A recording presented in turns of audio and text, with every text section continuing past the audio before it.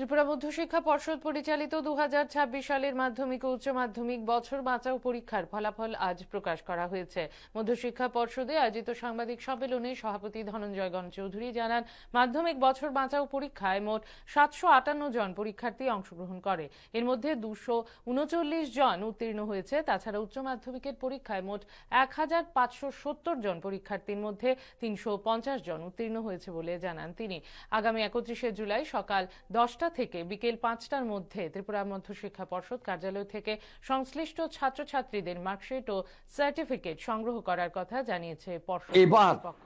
আমাদের বছর বছর পরীক্ষা দিয়েছিল, মাধ্যমিক পরীক্ষায় 2026 পরীক্ষা দিয়েছিল মোট 758 জন পরীক্ষার্থী।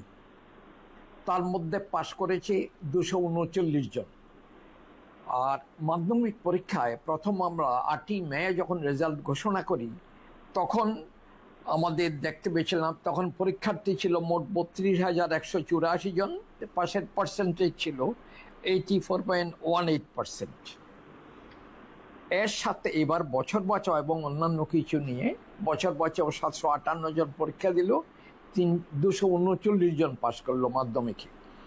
পার্সেন্টেজ একটু বেড়ে এক্ষুনি যেটা মানে সর্বশেষ যেটা ঘোষণা 2026-এর মাধ্যমিক পরীক্ষা পাশ করেছে 84.93%।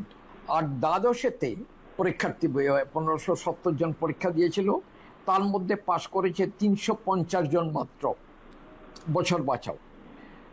8ই মে রেজাল্ট যখন ঘোষণা করেছিলাম তখন দ্বাদশে পাশ করেছিল 79.33%।